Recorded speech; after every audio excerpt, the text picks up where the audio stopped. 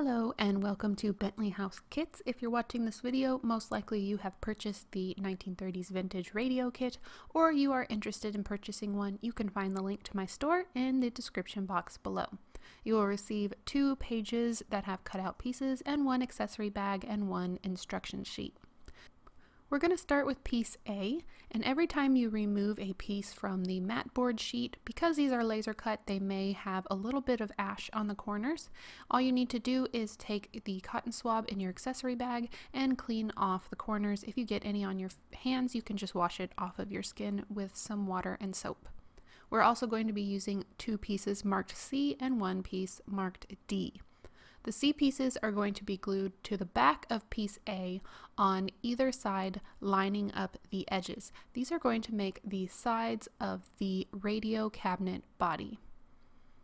I'm going to glue both pieces so that the engraved letter C faces inwards and won't be seen once the body is constructed.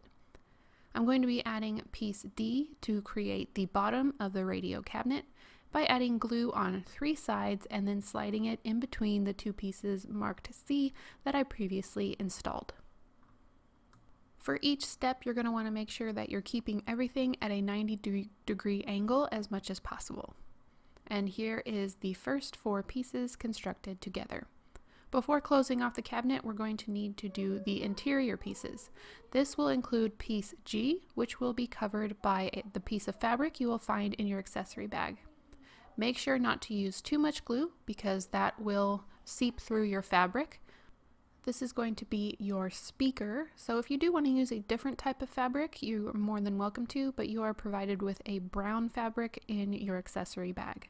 And this is how it looks once it's installed. I'm just testing it here. It's always a good idea to dry fit.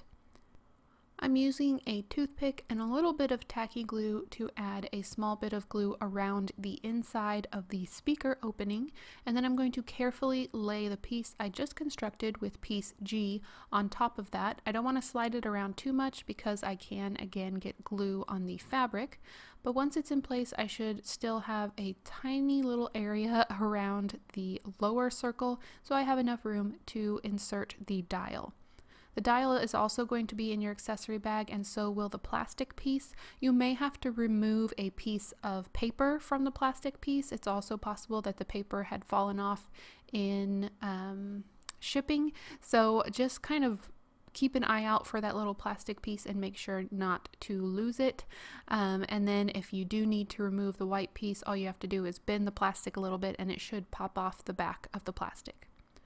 Once you're ready to create the dial, you just need to add glue all around the dial and then glue the plastic piece on top, making sure that the top of the rounded part of the plastic piece lines up all around the dial, and then you can cut away the excess paper so that you just have the shape that was created by the plastic.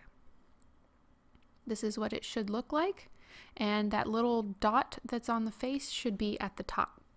Then you can insert it and make sure with a dry fit that it's going to work the way you want it to work. Once you have that in place, you're just going to take a little bit of glue with the toothpick again and put glue on either side of the opening. You want to make sure to keep the glue off the front of the plastic as much as possible so that you don't get any smears once it's installed. I'm using a little bit of glue that's left on my toothpick to pick it up. This is an easier way than trying to use your fingers to get it installed correctly in the first place. And then I am sticking it down into the glue. If I have any seep through, I'm not going to mess with it. I'm not going to touch it because the more I touch it, the more it might smear. And because it's tacky glue, it should dry clear. Now I'm going to be using 4 pieces that are marked with E and some tweezers. These pieces are going to create the kind of stair step look that you see on top of the radio when it's finished. I'm going to start by dry fitting it, make sure I know where it needs to go.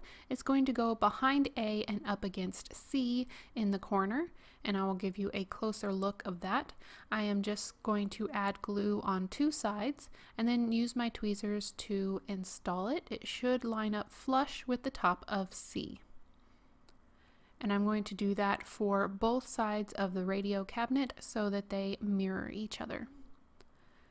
The next set of pieces marked E are basically just going to be installed right on top of the previous letters. I've found it to be more accurate to install them one at a time, but they do just basically sit on top of each other. Once you're done, you should have a double layer of the pieces marked E, and they should mirror each other on either side of the radio cabinet, just like this. Now we're going to look for the pieces in the cardstock sheet that are marked F. The letter F is slightly off of the shape so that they're not engraved. You're also going to need to find something in your home that has a similar, it doesn't have to be exact, but a similar radius to the top of the radio here. And this is going to help shape the top rounded piece for our radio. I'm adding a good amount of glue to one of the pieces marked F. And this is so when I put the other piece on top and bend it, it will slide against each other. If I don't put enough glue, the pieces will instantly grab onto each other and I might get wrinkles in my curve. So here they are sliding on each other while I'm forming it around a marker, trying to keep the long edges lined up as much as possible. Once it's dried, I can kind of reform it, stretch it out if I need to. That's why the marker doesn't have to be the exact diameter. I'm going to add glue to the back of piece A and then on both of the short edges of the F pieces that we just created. Once I have my glue in place, I can carefully place it on top of the radio cabinet, and the previous speaker piece kind of helps keep it in shape and form it to the top. I want to make sure I keep both sides as even as possible so that it lines up with the back piece once we install that. And here's how it looks. Now I'm going to take piece B, making sure that I face it inwards to the body cabinet so that the engraved letter is hidden. And I'm just going to take my glue with my toothpick, add glue all around the edge, and then carefully put piece B onto the back, lining it up as best as possible. Now I'm going to let this piece dry completely, and then it will be time for sanding. Sanding is really helpful, especially on smaller pieces. If you have a little bit that's just kind of sticking over the edge, it's kind of nice to sand that out to get a more smooth finish. It's definitely not necessary if you like how it looks, but if you just want to finish up the edges a little bit, you can. Make sure to be careful when you sand mat board. If you sand towards the paper, you can delaminate it, so just be careful with your sanding. Now we're going to paint on the cardstock page before we remove the detail pieces. I'm going to be using a base coat of brown and then a top coat of gold on top of these detail pieces. I find it easier to paint them while they're still in the cardstock sheet because they are very small and delicate. I don't want to try and hold on to it and then it rip or get stuck somewhere where I can't get it off, so I just find it easier to paint in the sheet. I'm painting them all the same color, and I'm moving the paper back and forth in case any of the paint got in the gaps that were laser cut. I don't want them to stick together. If they do stick together, I can kind of recut them a little bit later down the line. Now I'm going to use some acrylic paint to paint the face of the radio cabinet, actually all around the radio cabinet. I'm using brown. You can use whatever color you like. Just be mindful not to put any extra water in the acrylic paint as it could cause some of the paper to warp. So I just try to use straight acrylic paint. Now I'm cutting out my detail pieces from the sheet, and the engraved lines that are on the face of piece A will let you know where you need to put the glue in order to add the detail piece. I'm putting it on lightly and then carefully with my fingers moving it into place. And here's the first piece down. The next piece is a border that goes around the speaker opening. I'm just going to cut it free from the sheet and dry fit it to check where I need to add the glue, and then I can add glue on top of the previous detail piece and then carefully add that piece on top. This is one that you could paint a different color from the other detail pieces if you would like. I decided to paint mine all the same. Now I'm going to take the two thicker lines that are at the bottom of the cardstock sheet, and these are going to create a base that goes around the radio. I'm adding a line of glue around the bottom. One of these lines is going to cover two sides. I'm starting on the front, and then I am going to let that kind of grab a hold, and then I'm going to add glue around one of the sides and then bend the paper around the side and press it down. Don't worry about any excess paper sticking over the edge, because I'm just going to take my X-Acto knife and cut off any of the extra, making sure that it lines up perfectly with the two edges that we just covered. Now I'm going to take my second piece, do the exact same thing to make a finished base that goes all the way around the radio cabinet. If you would like to add extra detail to this base piece, you can use the two skinnier pieces of paper that I added at the bottom of the kit to create some extra detail, following the same steps that I showed you previously, going around the cabinet again. That is optional, but make sure you keep a little bit of those skinny pieces of paper for later to create the plug. Now I'm going to work on the dials. Each dial consists of one of the larger circles and one of the smaller circles. I am just centering the small dials where I want them to fit on the radio face. You can put them wherever you like. I like to put one underneath the glass dial and then put one on either side of that one. I'm adding glue and the larger circle first, and then I'm adding a little dot of glue on top of that circle, and then adding the smaller one using my toothpick with a little bit of stickiness on it to pick up the pieces.